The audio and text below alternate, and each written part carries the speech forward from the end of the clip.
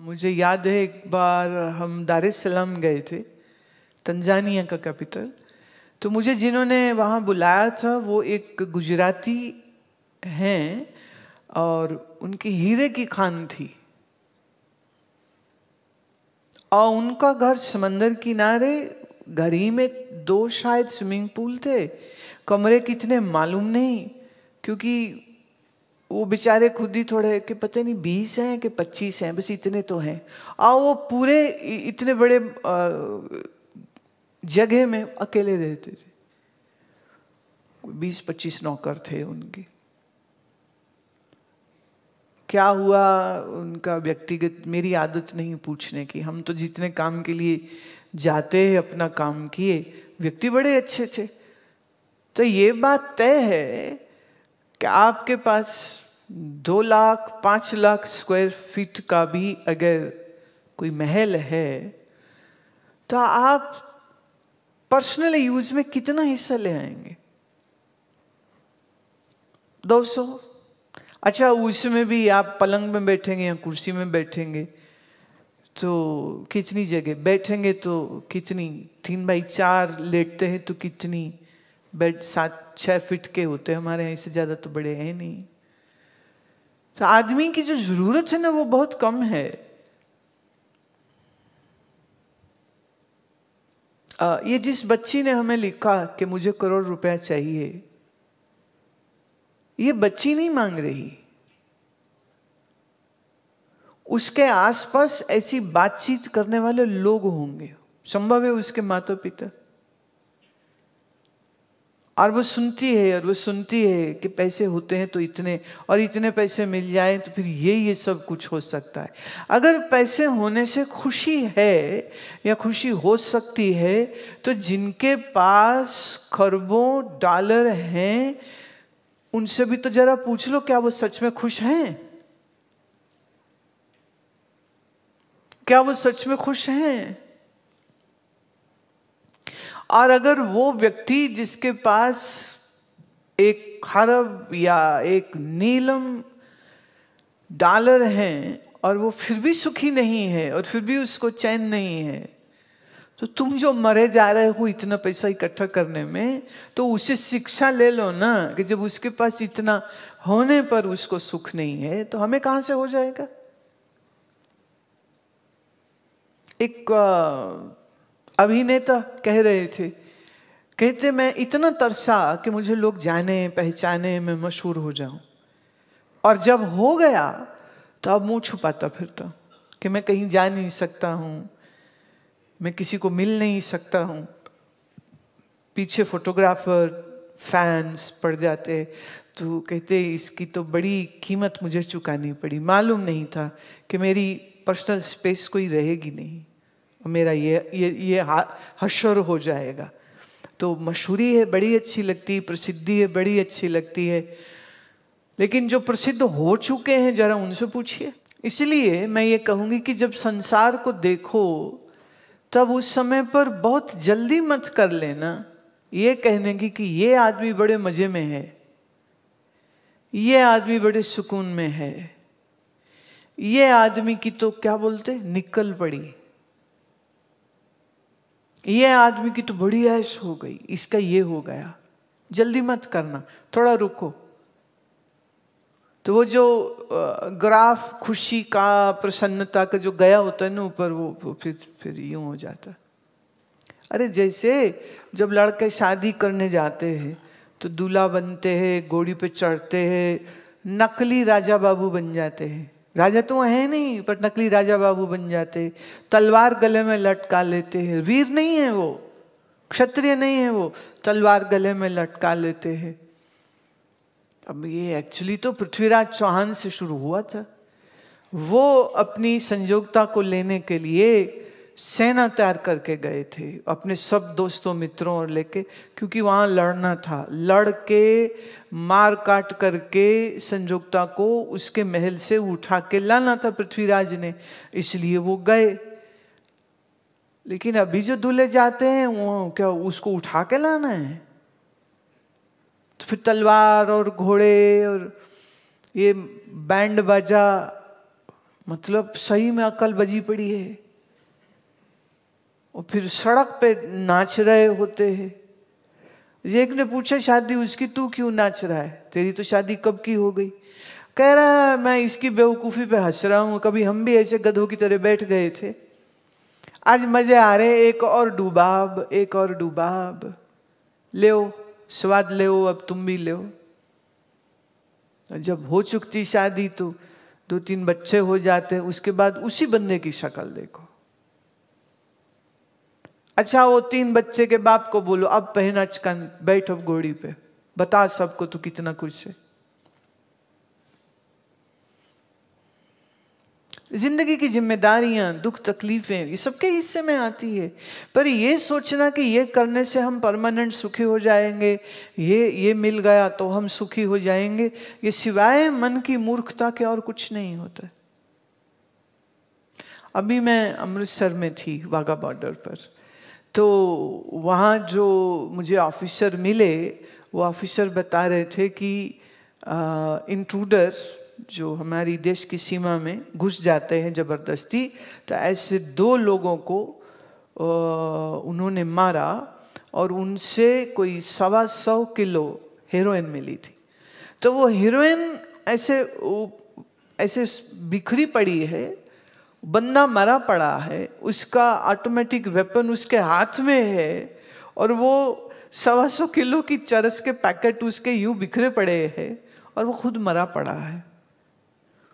तो जो ये सोचता है कि ये चरस बेच के, ये नशा बेच के मैं सुखी हो जाऊंगा, या ये गन अपने पास रख के मैं दूसरों को डरा सकता हूँ और मार के मैं खुद जिंदा रह सकता हूँ, तो गन पास में है, खुद मरा पड़ा है, 125 करोड़ पास में बिखरा हुआ है, लेकिन उसको क्या मिला, उसको तो गोली मिली बस। धन से, शोहरत से, विषय से, संपत्ति से हमें कुछ चैन मिल जाएगा, ये सबसे बड़ी बेवकूफी। अब अगर ये बात ठीक से समझ लग जाए तो आदमी फिर दुनिया में ना एक किनारे में बैठ करके इस तमाशे में डूबते हुए और मूर्ख बनते हुए और इस परछाई के पीछे भागते हुए लोगों को देख के ज्ञानी हंसता है। ज्ञानी तो हंसता है, तुम पे नहीं हंसता है, इस बात पे हंसता है कि कभी मैं भी तेरी तरह बेवकूफ था, जैसे तुम हुए पड़े हो ऐसे मैं भी। तो ईश्वर कृपा से गुरु मिल गए, अकल आ गई, हम तो निकल गए सर्कस से बाहर, तुम अभी भी सर्कस में बंदर बने बैठे हो। छोटे छोटे बच्चे गेम खेलते हैं, गुड़िया की शादी करते हैं, मतलब मुझे तो बहुत अच्छे से याद है, हमारी गली के बच्चे 2 हिस्सों में बट जाते थे, एक डाल की तरफ से और एक दूल्हे की तरफ से। तो एक नकली बारात निकलती थी, जो बड़ी लड़कियां थी वो खाना पीना बनाती थी, फिर उनकी शादी करो, फिर गीत गाओ, फिर मतलब खाओ पियो और फिर विदाई कर दो। तो बच्चे खेलते हैं, उनका आनंद होता है उसमें। पर बच्चे के खेल में और एक वयस्क के मन की सोच में क्या फर्क? फर्क ये है, वो आपके लिए खेल नहीं होता है, आपका बेटा बेटी वो खेल नहीं है, आप तो बिल्कुल सीरियस होते हो। अब उनका दुख सुख तुम्हारा हो गया, उनका लेना देना तुम्हारा हो गया। तो ये जो हमारा मन है ना, ये अज्ञान की पट्टी बांधे बैठा है। इस अज्ञान की पट्टी की वजह से उसे सच क्या है वो दिखता नहीं है, और जो दिखता है और जिसको वो सच मानता है वो सच है नहीं।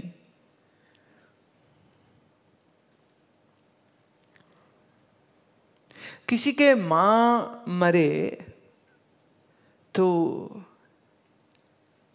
उसकी बहू कहती है चलो कमरा खाली हो गया, अब हमारे काम आएगा।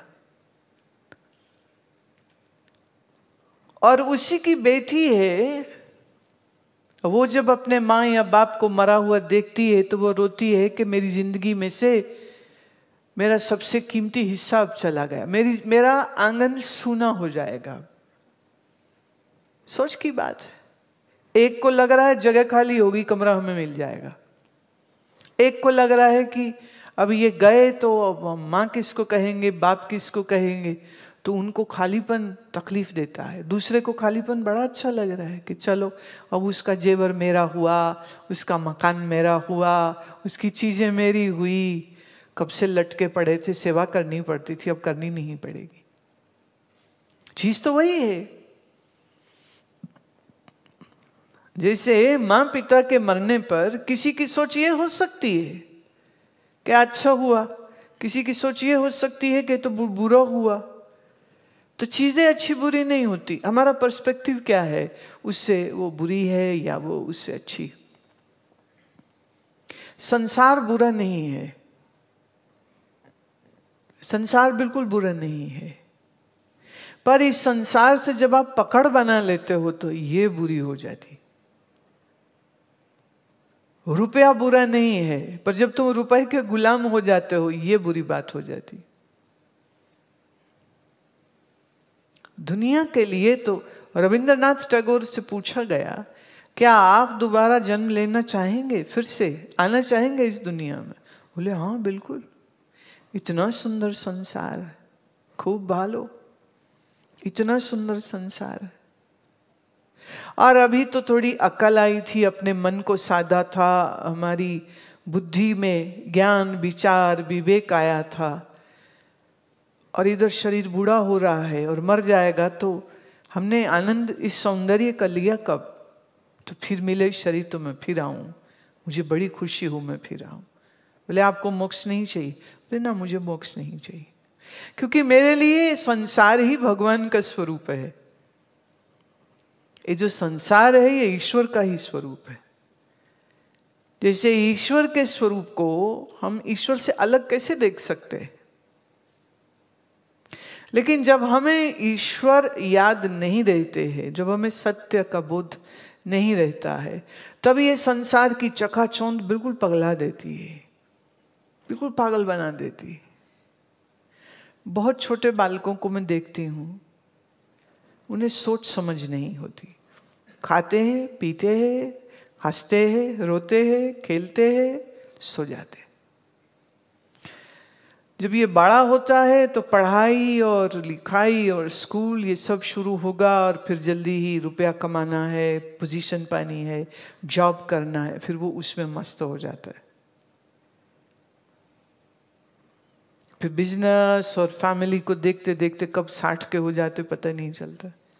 और तब होश आती कि अच्छा, शरीर में बीमारियां भी बहुत हो गई, ये ठीक नहीं, ये ठीक नहीं, ये ठीक नहीं, ये ठीक नहीं।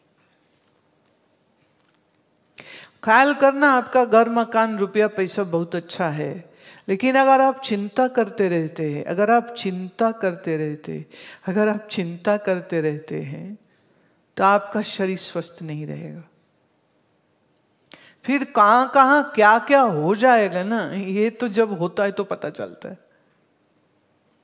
तो हमारे शरीर के दुख का कारण कभी कभी हमारा अपना मन होता है,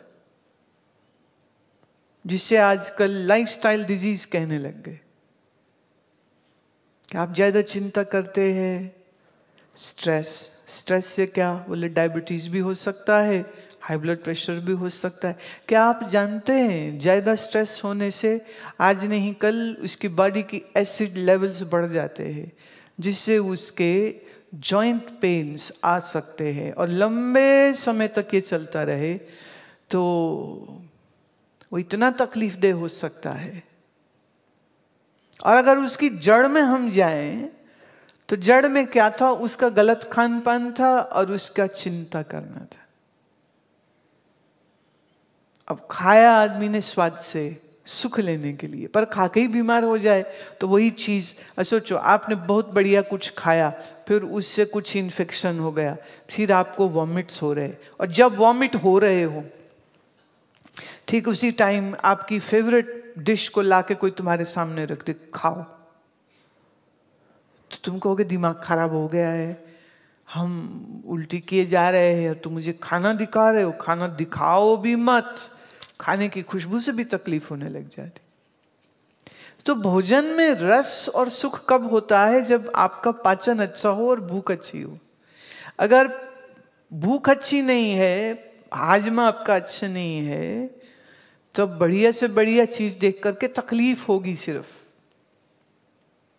घर में कई बार क्या है, जो बड़ी उम्र के लोग हो जाते हैं वो जवान बच्चों को, छोटे बच्चों को खाते देख के चिढ़ते। हाँ खाओ खाओ और खाओ, पेट दुखेगा बाद में। बोले काहे बोलते हो ऐसे? वो कहेंगे हमने दुखा के देख लिया, अब तुम भी दुखा के देखो। ज्ञानहीन व्यक्ति क्या है, अपने जीवन को खुद बर्बाद कर लेता है। पर ज्ञानवान आदमी, खलील जिब्रान ने कहा था कि मैं शराब घरों में जब गया तो मालूम हुआ कि ये दुनियावी शराब आदमी से झूठ बुलवाना छुड़ा देती। कभी किसी शराबी के साथ बैठे हो ना तो तुम्हें मालूम होगा, शराब के नशे में वो झूठ नहीं बोल सकता। शराब के नशे में वो बड़ा दिल वाला हो जाता है, वो पैसा रुपया कुछ मांगो। एक स्त्री कह रही थी, कह रहे मैं तो बड़ी खुश हूं मेरा पति पीता है। मैं क्यों? कह रहे पीने के बाद वो दिलदार हो जाता है। फिर उसको मैं कहूँ मुझे 10,000 दे दे, देगा। मैं बोलूँ 50,000 दे दे, वो भी देगा। और दिन में जब होश में होता है तो 50 रुपया नहीं देता है वो। तो मैं तो कहती हूँ रोज पिए, ये बहुत अच्छी बात है। मैं बीमार हो गया, मर गया, कह रही वो भी कोई बात नहीं, दिक्कत नहीं, इंश्योरेंस है इसकी 1 करोड़ की, जाएगा तो भी फायदा है, जाने दो कोई बात नहीं। मैं सही है। तो ऊपर से मुझे कहती इतना ज्ञान सुनने का क्या फायदा? तो मैं तो सुना है तो उसको अप्लाई कर रही हूं। मैं इसी में बिल्कुल कोशिश नहीं करती मेरा पति पीना छोड़ दे। हाँ मैं बिल्कुल, क्या बात है। अज्ञान श्रवण का मतलब क्या होता है कि आप हर चीज को एनालिटिकली देखो, समझो। किसी भी चीज से ना द्वेष करो, ना किसी चीज के पीछे पागल होके भागो। कोई भी चीज है उसमें आप अपने लॉजिक को लेके आइए, अपने एनालिसिस को लेकर के आइए, उसकी उपयोगिता पे लेके जाइए। और फिर जब लगे आपको कि इसकी मुझे आवश्यकता है, वो चीज़ जरूर ले लीजिए।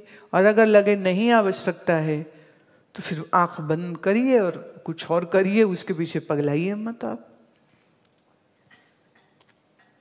कल एक बच्चे से बात हो रही थी आरती के समय, तो वो कह रहा था कि मेरा एक इंटरव्यू है वाराणसी में, और वो संजोग से तभी है जब आपका सत्संग है, तो मेरे 2 काम हो जाएंगे। घर तो हो गया सिलेक्ट, बहुत अच्छी बात। नहीं हुआ तो 5 दिन सत्संग सुनेंगे, गंगा जी नहाएंगे, बाबा की नगरी में घूमेंगे, घूम के वापस आ जाएंगे। तो इसमें फायदा ही है। हो गया बहुत अच्छी बात, नहीं हुआ तो भी बड़ी अच्छी बात। अब एक जवान आदमी के लिए काम करना जरूरी है, जॉब जरूरी है, करनी भी चाहिए। लेकिन जॉब नहीं है ये सोच के तकलीफ में आके हट्टे कट्टे नौजवान बच्चे कई बार आत्महत्या कर जाते। क्यों? उनकी मर्जी पूरी नहीं हो रही, जो वो चाहते उन्हें वो नहीं मिल रहा। पर थोड़ा अकल से सोच के देखो, जो चीज तुम मांग रहे हो, जिसके पास है, जरा उसको अच्छे से देखो, क्या वो सही में सुखी है? वाणी में बड़ा अच्छा आता है, सुख नहीं रे हर भगत बिना। असली सुख तो भक्ति से आएगा, बाकी से सिर्फ जरूरत पूरी होती और कुछ नहीं होता।